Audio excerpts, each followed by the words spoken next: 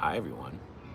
We're doing this without microphones this time because it seems that, at least with this new phone, the normal audio is better than microphone audio anyway. So hopefully you guys can hear us. It's not too windy down here. We're down here on the mean streets of C-Dub. You can see the bustling activity behind us.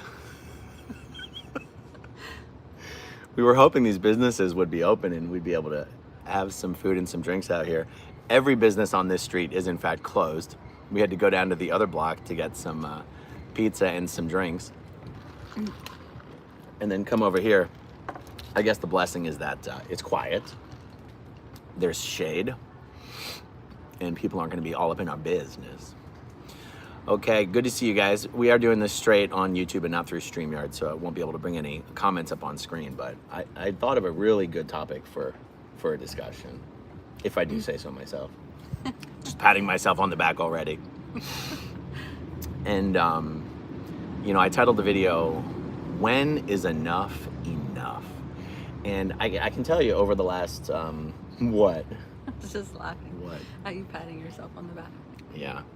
I can't physically pat myself on the back. Oh wait, I can with this hand.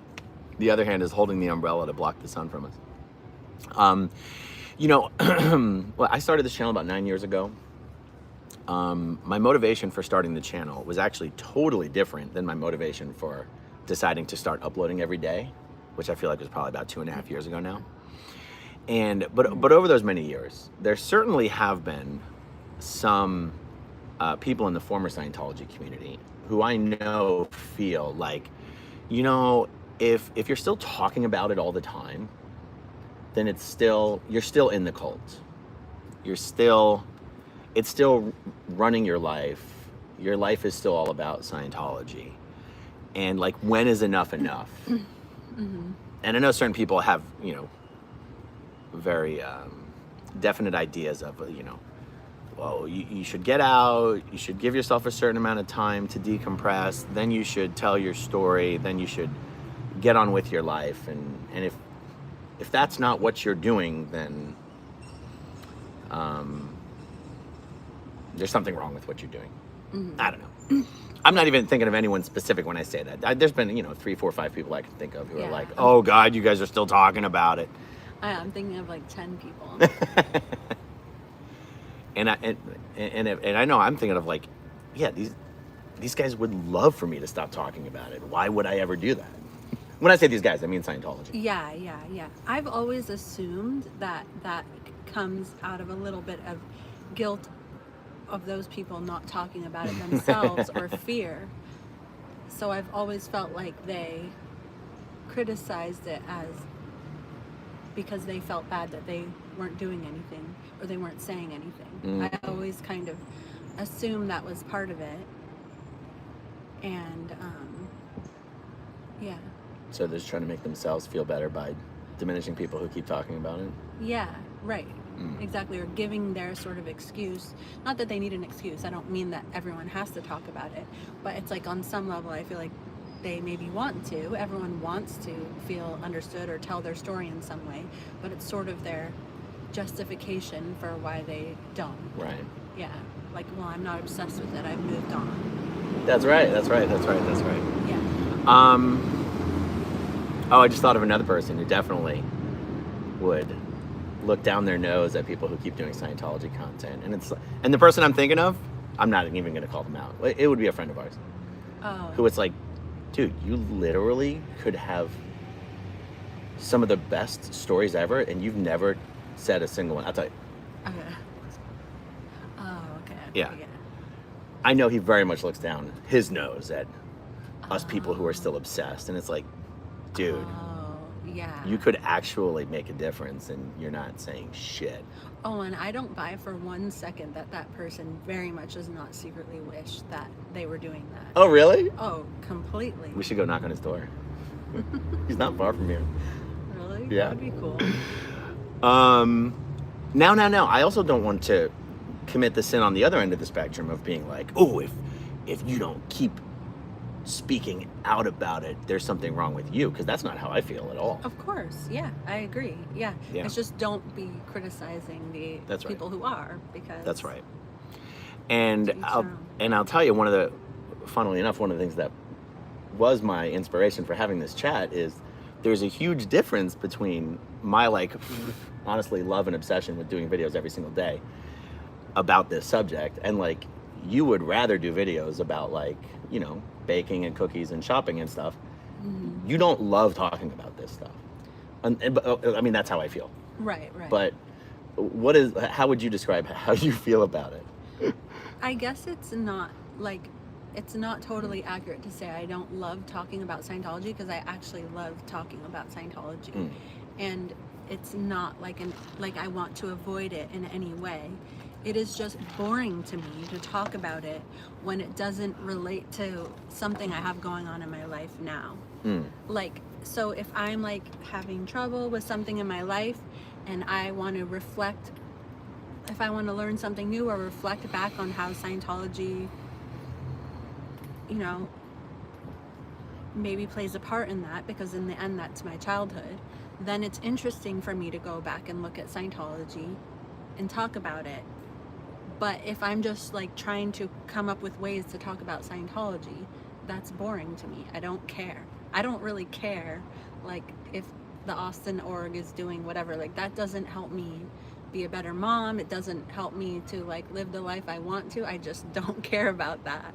But I do care about how I just care about a different part of it. But it's not in any way when I talk about it, it makes me, it's not that it makes me overly upset or something like that, although that's actually maybe not 100% true. Sometimes it does, but that's okay. I'm willing to experience that, and I think that that's helpful to me. Actually, I think that I'm getting, even if it makes me upset, I'm actually getting better through that. But so it's not because that's not why I don't want to talk about it. It's literally because unless it's serving me now, I get bored by it.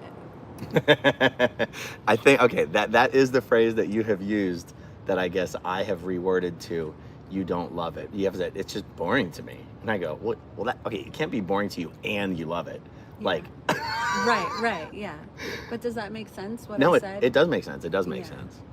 And yet, you're, I was going to say about 20 years removed from having left Scientology. Mm-hmm.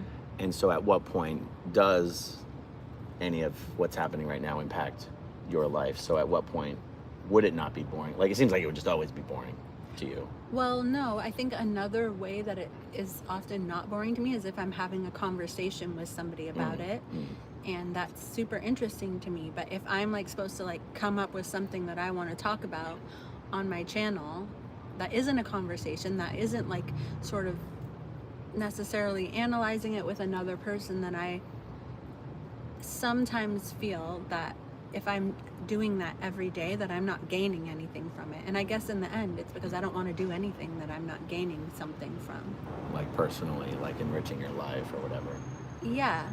And that is not inspiring to me. But me talking, that's actually why I like going on your channel with you, because we can talk about things together, and it's different when it's just me on my channel. Yeah. It's funny. I think I've said that when I do my videos, there's three potential audiences. Mm-hmm. There's people who are still in Scientology and are believers and will stumble upon your channel. Mm-hmm. There's people who are either, actually forget that. Remove that as one of the three audiences. There's people who are in Scientology but are under the radar and would rather be out but are just in for various reasons. Right. There's actual just former Scientologists who are already out. Mm-hmm. And then there's just people who've never been involved in Scientology. Right. And I feel like I approach my videos and my topics, I feel like I approach conversations about Scientology as if my primary audience is people who've never had anything to do with Scientology. Mm-hmm. But what I find most enriching and rewarding is when under the radar people or former Scientologist people are the ones telling me how much they love the content. Right. Because I'm I knew it. Yeah. I knew it wasn't just me. Yeah, well, and because that would have been you. Right, that would have been me. At some point. Yeah, so that's really cool to help someone that would have been in your position Yeah.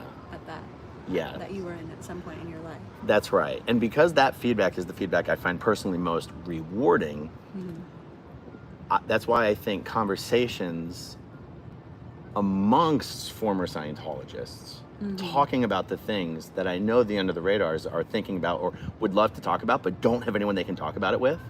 In my mind, I'm like, this is the stuff those people are gonna like the most. That's so true. Yes. You know? Yes. And even some people who I know who are under the radar, I can tell that when they watch certain things, they're like so excited about it and just are dying to talk to someone about it. But Yes. can't. And so, That's right. yeah, it's really satisfying for them to That's right. watch.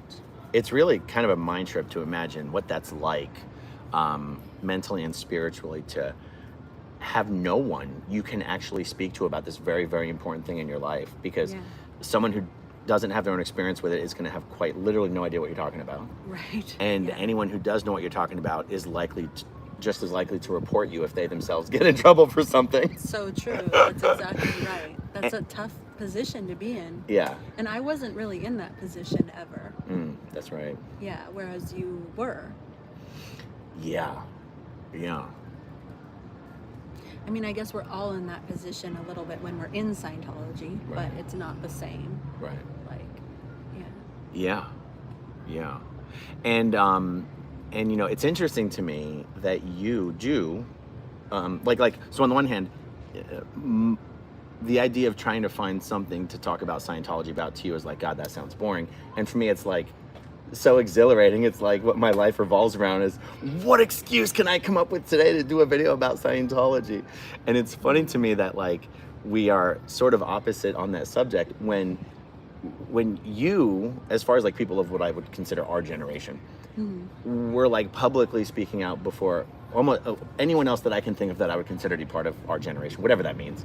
I mean, I don't even know how I would define it, but it's how I feel. Right. And when you did, it was in such a big way with your book and major news programs and all the View and Anderson Cooper. It's funny to me that like what you had done early on is in some ways so much bigger and more than anything I could imagine doing. And now, like however many years later, you're kind of like, it's a little boring. I don't know, it's just funny to me. Yeah. I mean, I guess I don't think that that's 100% true. Like, I feel like you have, I feel like your channel reaches more people than mine ever did. Well, there's something to be said for trying to do like 3 or 4 videos a day for a couple years that's going to make it look like that. Yeah, and also, in the end, I was answering people's questions, and you're able to talk about things proactively, where I was like kind of dealing with dum-dums who did not know what they were talking about. Did you just call the women on The View dum-dums? Not How specifically. dare you speak of Whoopi that way? No. I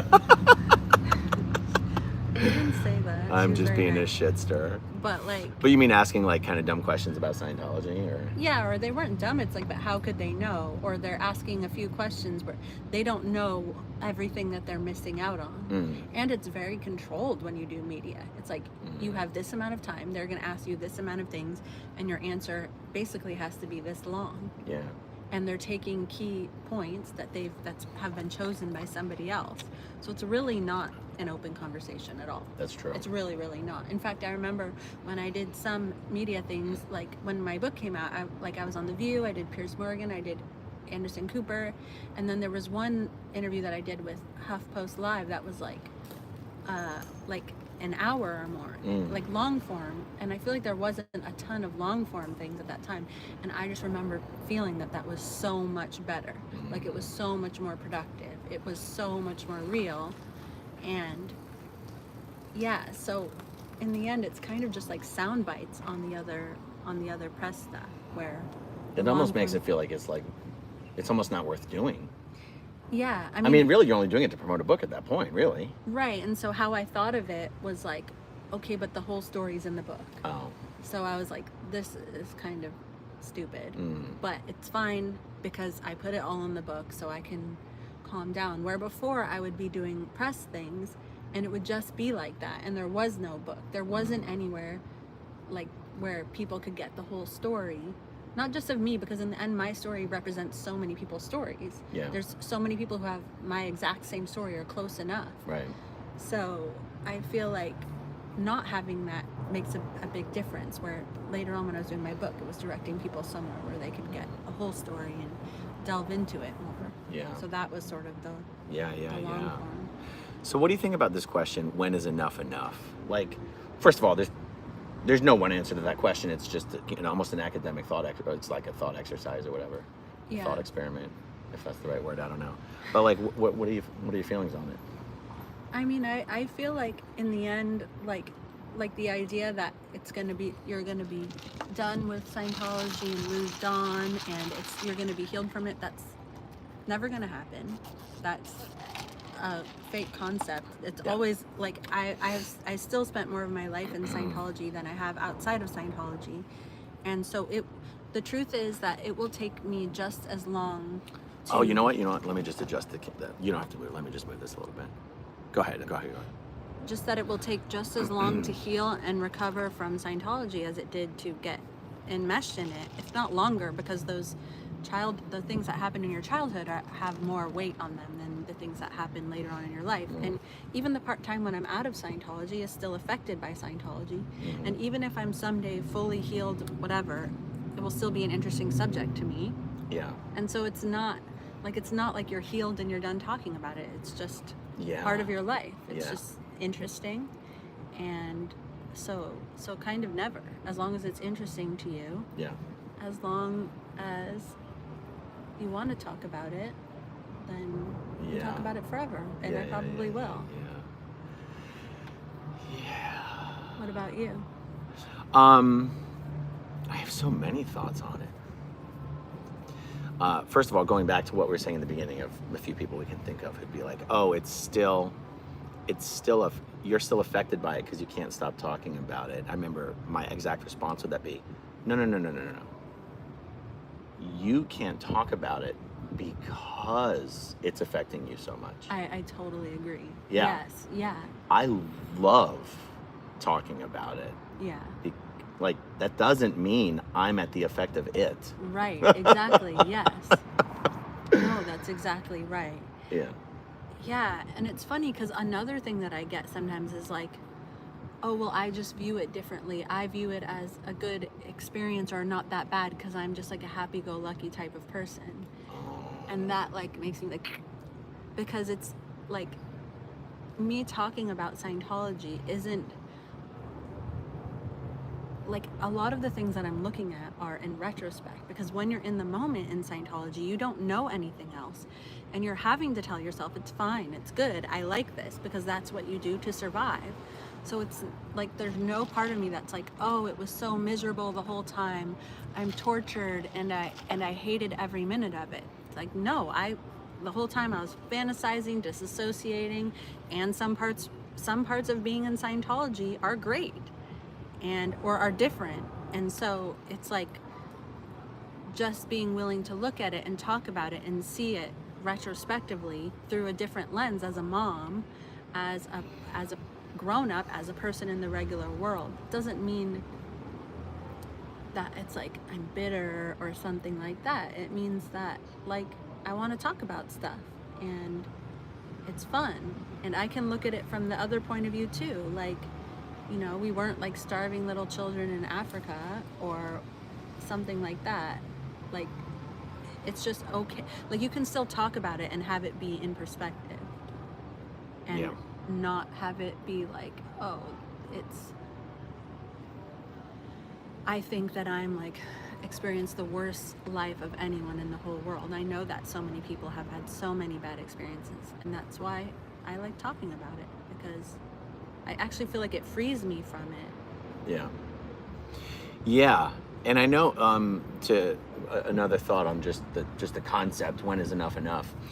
Some people might have the idea that talking about Scientology is some way to like work through one's own trauma, and like maybe it's a compulsion or a need, and that once that compulsion or need is met, that maybe there'll be no more reason to talk about it. And I just go, that's not why I'm doing it. Like, I don't talk about it because I'm working through, it's my way of working through trauma. Right. Mm-hmm. I just genuinely enjoy it, and I know how much it hurts Scientology for us to be doing it, and that brings me joy. Yeah, totally. Yeah. And I initially started doing it as like a justice type thing. Like I couldn't stand that they were getting away with certain things, which at the time was like, you know, like trying to separate me from my ex-husband and trying to infiltrate the family. At the time, I was doing it because I was like, this is wrong. I cannot be letting this happen right now. I was like trying to just fight against that, but the reasons change over time. Yeah. They're right. The reasons change over time. Like my reason for starting the channel was different than my reason for starting to upload every day. Right. They were not the same reasons. Yeah. So what was the difference? So in the beginning, I can't even remember why it dawned on me. It just dawned on me that the only people telling the stories of Scientologists were non-Scientologists. Mm-hmm. And I was like, this doesn't even make any sense. Yeah. When I would watch interviews of Scientologists by non-Scientologists, and I mean even non-Scientology celebrity reporters or documentarians or whatever, I couldn't help but think of like these people, because they don't have the experience themselves of having been a Scientologist, right. They don't know what questions and what answers would be most interesting to other former Scientologists. Now, to a certain respect, if you're a documentarian or you're a news person, you don't care what would be most interesting to other former Scientologists. You care what's most interesting to your audience. Right.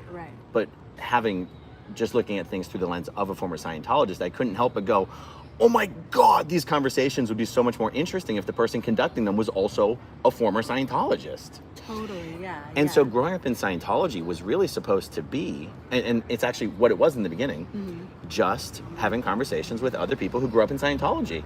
Because that would inherently, almost by definition, be the most interesting conversation you could have to an audience of other people who grew up in Scientology, and it didn't exist anywhere. Right. And this was long before this channel existed for like 5 or 6 or 7 years before it was even monetized. So like that wasn't even a consideration back then. Mm-hmm. And I think the first one I did was with Nick Lister, and then the second one I did was with Mike Rinder. And then I don't even remember who I interviewed after that. I think I just started doing solo videos answering questions about Scientology. And then about 2.5 years ago, I don't even remember, so fast forward. Right, because that was the inspiration just for that. It was like, I guess that's right. It was trying to fill a need, but that need was my own. That need was my need to want to see really interesting conversations of former Scientologists, but the questions non-Scientologists were asking them were not interesting to me in the least. Right, and you would have loved to have had that in your situation. Yeah, yes. That makes sense. Yes. That makes total sense. And I remember there was also an aspect where, you know, me and Mike, for example, would have these conversations just privately. And in my mind, I'm thinking, oh my God, if all the Scientologists in the world heard your answer to this question, like everyone would leave Scientology. I remember the first time I had a conversation with Mike where I was like, what's up with the upper OT levels? And he's like, oh, they don't exist. And I'm like, what? Like, I'm thinking to myself, you've never said that anywhere. Right. We have to put that into the world. Scientology will cease to exist. You don't understand. Right. And I remember, it's funny, like, the things that I thought were interesting were things Mike just was like, that's just boring. But, you know, and I'm like, no, it's not boring. We're getting this on video. Yeah. I remember how excited I was about those conversations. And, okay, so that was just sort of what was going on in the early days. Yeah. And then, I don't know why it dawned on me. The inspiration to upload every day was somewhat inspired by Tony Ortega's story of how he came to be someone who reports on Scientology every day. He tells this story about how, you know, there's something called a beat reporter. Right. And if you're the beat reporter for this or that, you're like the one person, you know everything about it, you know all the connections, you've got all the inside scoops, you're the go-to guy. And Tony said there was just no one who was the beat reporter for Scientology, and he just decided he was going to be that. And I was like, huh, well, that makes sense.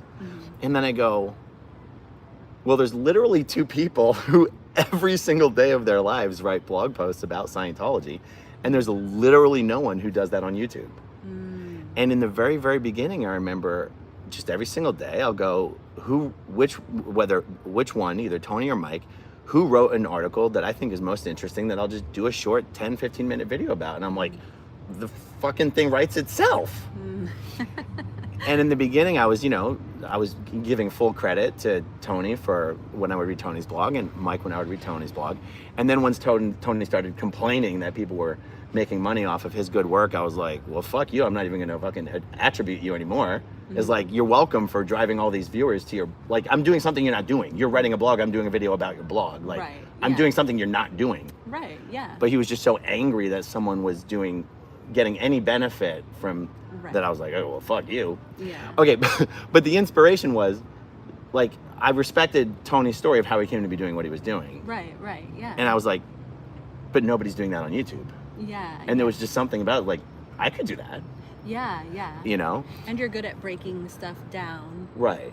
Yeah, and so what I would try to do is use the articles as jumping off points for other conversations. Right. And it just worked. Yeah, it just worked, and then it became fun. And you know me, I mean, if something's fun, I'll just pour my heart and soul into it. Right. And then the fact that, the videos, everything evolved to a point where, they make a good deal of money. I was like, why would I ever stop? I'm having fun. It's not difficult work. It drives Scientology crazy. Right. Under the radar Scientologists love it. I'm like, this is my dream job. Yeah, totally. And it's not even, and that's why I don't wake up every morning and being like, oh, we're taking down the cult. The cult's taking itself down. I mean, sure, we're helping, but we're here you have to enjoy your life. Right, exactly. Yeah, we don't need to be martyrs like we were in Scientology. We don't have to save the world. Yeah. But if you enjoy it and it's something that's like, that's for you, then why not do it? Yeah. And I think probably also what wound up, I don't know, maybe being something that you realize now that I'm telling you what you realize, but like, not only can a former Scientologist explain concepts or ask questions that ex-Scientologists would want to hear answers to, but when reporters who haven't been in Scientology are trying to ask questions to former Scientologists, they don't know what they don't know. Right. So they don't know what to ask. There's like they would ask things that were shallow and so like unimportant compared to this huge bigger picture, and they just don't know what they don't know. So like that inside knowledge, and that also translates to talking to people who were never in Scientology. I feel very much so. Yeah. Like it gives you a leg up in that way as well. Yeah, absolutely. And so like for me, enough will never be enough. So like if something happened that for some reason I got to the point where I just didn't like doing the videos anymore, well then that would be the answer. That would be enough. Yeah, right. I can't imagine a world in which that happened though. Yeah, right. Yeah. And even if Scientology ends, it will still be something you can talk about forever. I know, the Third Reich ended a long time ago. People still write books and do videos about it. Exactly, yeah. That's just not a thing at all. It's not a thing. No. It's not a thing. And, if for whatever reason, which we just said would never happen, but if for whatever reason Scientology, my desire or ability to talk about Scientology dried up, there's a million other things. There's a million other cults. Right. There's a million other, things to discuss. Like, you have to do, the ideal situation for anyone is you're doing what you love. Right. Mm-hmm. Yeah. Why would someone be like, oh, when am I going to stop doing this? Why would you ever stop doing what you love?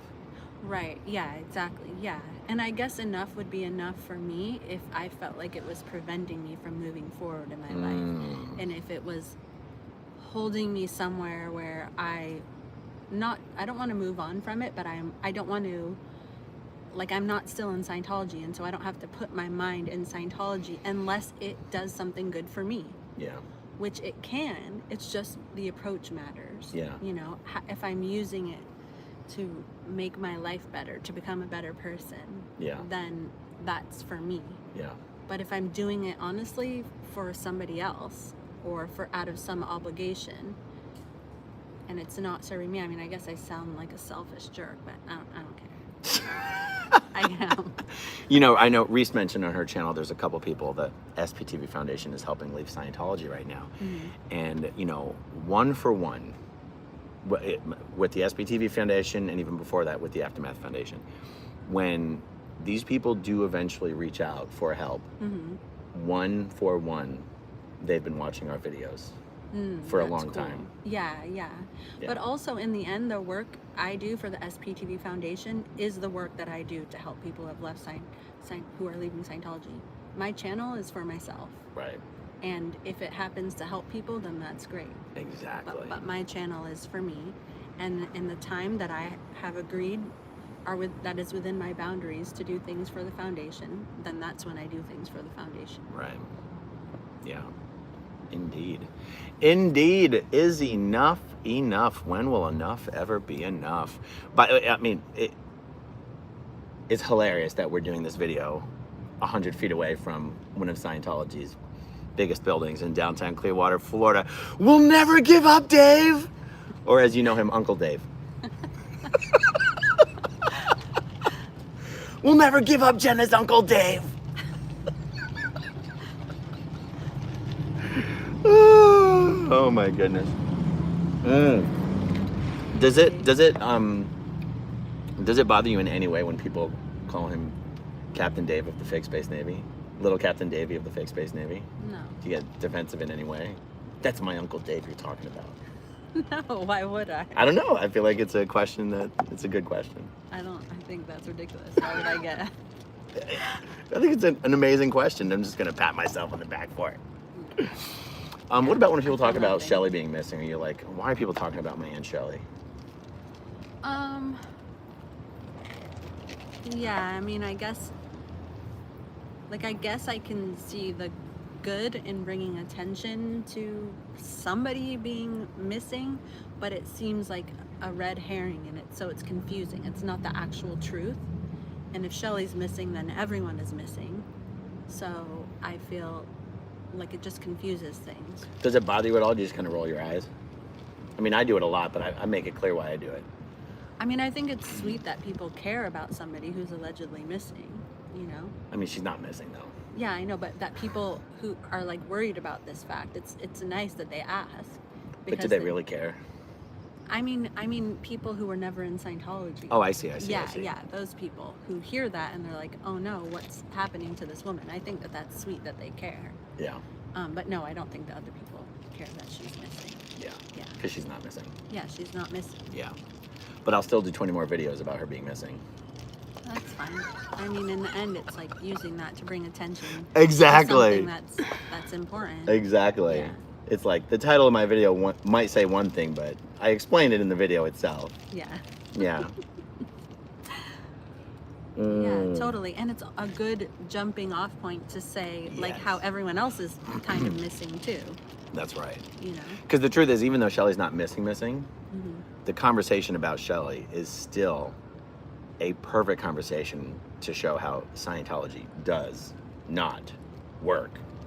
If the leader of the Scientology cult cannot use Scientology to save his marriage and his relationship, his working relationship with his wife, if Tom Cruise cannot, the leader, Scientology cult leader's best friend, cannot use Scientology to save his marriages, if David Miscavige and Tom Cruise cannot use Scientology to save their relationships with their spouses, Scientology doesn't work. Right, yeah, I agree. Yeah, and I think it's also a great jumping off point to show that Sea Org members don't have access to the internet or the outside world or cannot easily be contacted by family members, but that it's all of them, not just Shelly. In fact, less so for Shelly than other Sea Org members. So I think it's a good jumping off point to how culty Scientology is.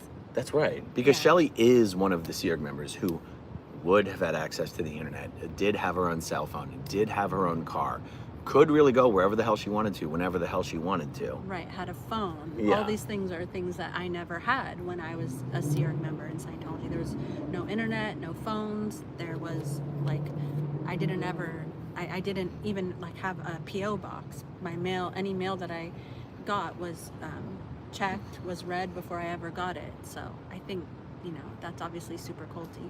Yeah. And I think that's really an important subject matter. Yeah.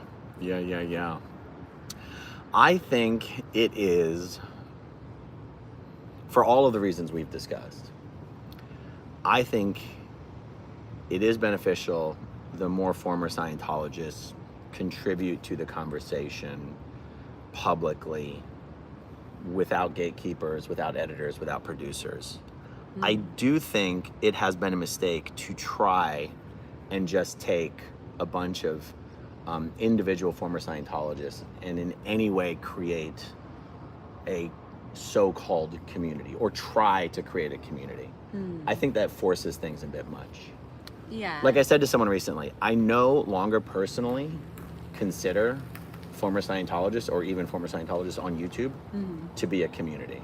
Meaning, if you're my friend, it's because you're actually my friend, Right. not because you're part of my community. Right. Or Yeah. our community. There's no fucking community. It's Right. like, I have a channel, my channel has an audience. Right. You have a channel, your channel has an audience. Right. Natalie has, Reese has, et cetera, et cetera, et cetera. To Yeah. think that there's any sort of greater responsibility for each other or camaraderie with each other just because we're former Scientologists on YouTube, I think that has turned out to be a huge mistake. Yeah. I mean, I've had to learn about that a lot recently, and like instead of just trusting somebody or letting somebody in or considering someone my friend just because I have this one thing in common with them, and it's like I actually need to take time to get to know people and draw out the process of someone becoming my friend, because people don't always show themselves immediately. And that doesn't mean that, they don't show how horrible they are. It just, I mean, like, they don't show maybe that they have different values than you, that how they are, that you may not want that in your life. You may not be able to deal with that in your life. So I've just been learning that lately, because I do make friends really quickly, and and I also think that I do that because of how many friends I've lost through losing Scientology, which was something that was really heartbreaking for me, specifically with friends, because I don't think I was ever attached to my parents in the way, like, having never lived in a home with them, I was never attached to them the way maybe somebody else would have been, and I very much was attached to my friends, and so losing friends was a huge loss for me that still gets me. And so this urgency to immediately become friends with people maybe who were in Scientology, even, it's like I'm trying to maybe make up for that loss, or build this whole I don't know, safety net around me, so that I have so many friends, so that won't ever happen again. Right. When really I just need to calm down and stop coping and learn to get to know people. Right. And take time with it. Yeah.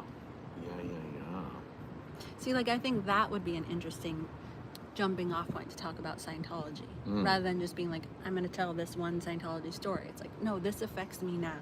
Right. This is where I can reflect on Scientology. That's a perfect example of how Scientology still affects your life, Yeah. what you experienced in Scientology, and leaving it Yes, right, exactly. still affects your life and relationships and forming relationships and that kind of stuff. Yeah. Yeah. Right, and I think the more that I learn about the outside world and whatever, the better I will be able to communicate about Scientology, because to have both of those things, how things maybe should be or what's healthy and how it was, it comes together in a place where I can explain both things to both people and to myself, and that is what I feel like I would want to do on my channel, or what's interesting. Right. You've never really asked anybody to come on your channel, have you? Other than me, of course. No. You haven't? You're not on my channel. Huh? You haven't been on my channel. Yes, huh? Oh, you mean when we simul thingy? Yeah. Oh, okay, yeah. I just consider that to be on your channel. Oh, it's not though. You should... But I wasn't asking you questions. Have you never? No, never. Why not? I mean, I might have asked you one. Oh, because I assume my audience is going to be more interested in Well, it's because I'm you. selfish. I only want to talk about myself. I'm joking. I am afraid. She's like, because Aaron, you're so boring. Boring. No, not at all. It's because I'm selfish. No, it's because I'm afraid to. Like, I feel like I'll ask a question and then I'll be like, okay, cool. Is that all? Like, then. Wait, you're afraid that if you ask a question, you'll be so impatient and uninterested in the answer? No, I just feel like I'll just. I don't even know if the viewers can see or hear what the hell is going on behind us. There's just Crazy people on electric bikes popping wheelies and stuff. Yeah. Well, you seemed a little thrown off by my question. I said you've never really invited anyone on your channel, and I said except me. Oh, because you're thinking I haven't even invited you on my channel. Yeah. So you don't see your channel as something where you would want to bring people on to ask them questions about stuff? You're like, no. Well, I'm just trying to like keep my own shit together and be able to talk like a normal person, and then I'll think of dealing with other people. How you doing, man? You running for council? No. What did he say? He said, "Are you running for city council?" I guess he knows me from before. At least he's a fan. Maybe. I don't know if that was a dig or. Oh my goodness. So do you ever see that as being something like that's not how you think of your channel? What's weird is I have like, well, the main reason I don't is because I am nervous enough on my own. I can't like having someone else on, but I do think that for some reason I would be interested maybe more in talking to people who were not in Scientology, and you of course. Definitely. Wait, talking to people who are not in Scientology about what though? Well, like there's this one guy who's like a psychologist who like studies like complex trauma and stuff and attachment, and I think that would be an interesting conversation to have because I just have all these questions and things that I want to know. Oh, okay. Or even people giving their perspective on what happened in Scientology. Yeah, I find it interesting to listen when you interview people about their Scientology stories. But that doesn't make you want to do it. But in general, I don't go to other cult channels and listen to people's stories because... I don't either. Yeah, because I don't know if it's... I keep telling myself it's because I'm a jerk, but it's because I just can't have too much more cultiness in my life because I already had to like listen to L. Ron Hubbard's droning voice talking like as like a young girl when all I cared about was like pretty stuff and pink and Barbies, and I had to listen to this old man go on and on about nonsense for hours on end, like years of my life, that I'm like, if like, could I watch home decorating or could I watch someone's cult story? It's like, I know that makes me kind of a jerk, but I'll drown if I listen to cult stories all day. Maybe that's why. It's because it's like I'm just trying to keep above water, and I can only take so much. I'm just trying to be normal and be cool, and maybe I can't if I listen to that. It's funny you talking about being a little girl who just loves pink and Barbies and pretty things, having to listen to this like disgusting man drone on and on and on. Because dad joke after dad joke. Like, does he make dad jokes? Well, it just makes jokes that I'm like, right. Like, is this?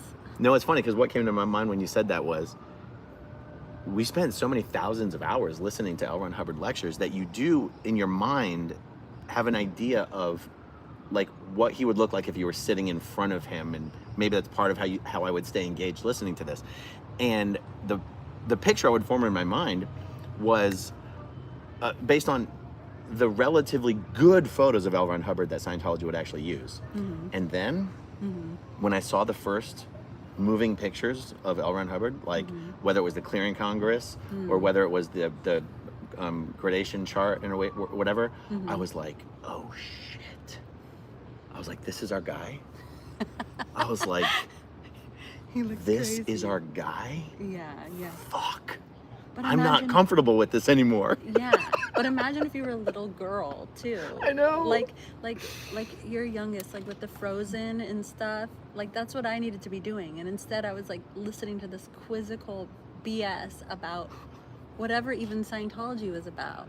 It was just like There was no part of me that gave a shit about that at all. But I had to. Like, I had to pretend like I did. And it's just like, that was exhausting. It's like the ultimate of boring. What about that one video interview where it's actually in color? And I think it might have been when L. Ron Hubbard was in Africa. And he's doing this weird interview and he's sitting behind his desk. And he's like pretending to think very deeply about these like super easy questions. and then at one point he gets asked a question. And for some reason he just gets up and walks over to the fireplace and just leans against it. And then answers the question and then walks back to his desk and sits down, and I'm like, this is our fucking guy. Because he like wants to be like, oh, I'm a philosopher, I'm this. He's like putting Now I'm on gonna this drink whole your act. margarita. Go ahead.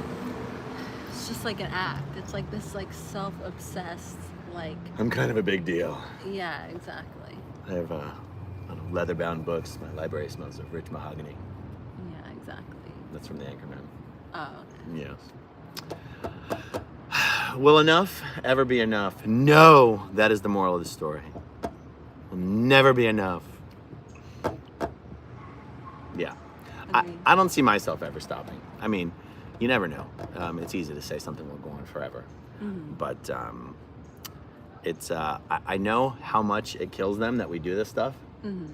And I know how much it's killing them that we're doing it right outside the Coachman building.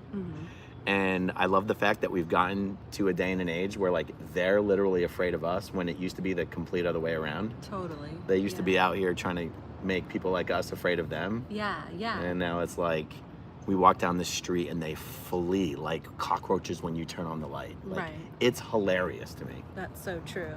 You know? Yeah, I agree. And I think that, like, same for me, like, I'll always be talking about it in some way because it will always be part of my life. It will never not be able to. So even if I do it in a different way or if I take a break here and there, it's always going to be something that I'm doing. Yeah. Well, and plus, you've got this book that people still buy and still love. Yeah, yeah. And it's part of who I am. Like, that's never going to change. So Yeah. I'm never going to stop talking about it. Right. Why would I? Yeah, exactly. All right, well, let's see. Natalie and Reese are going live in 5. So I wish, if this was through StreamYard, guys, I'd be able to pull up all your questions and we could tackle some of them. But can't do that on YouTube. Boy, that would be a good thing for YouTube to figure out how to build that functionality into the platform. Yeah. Would make StreamYard irrelevant. Dangerous. All right, guys. Well, this has been a blast. 48 minutes, not too bad. See, there's the same dude. He couldn't be a Scientologist, could he? No. All right, guys. Thanks for hanging out with us. That's pretty much it, yeah? Bye.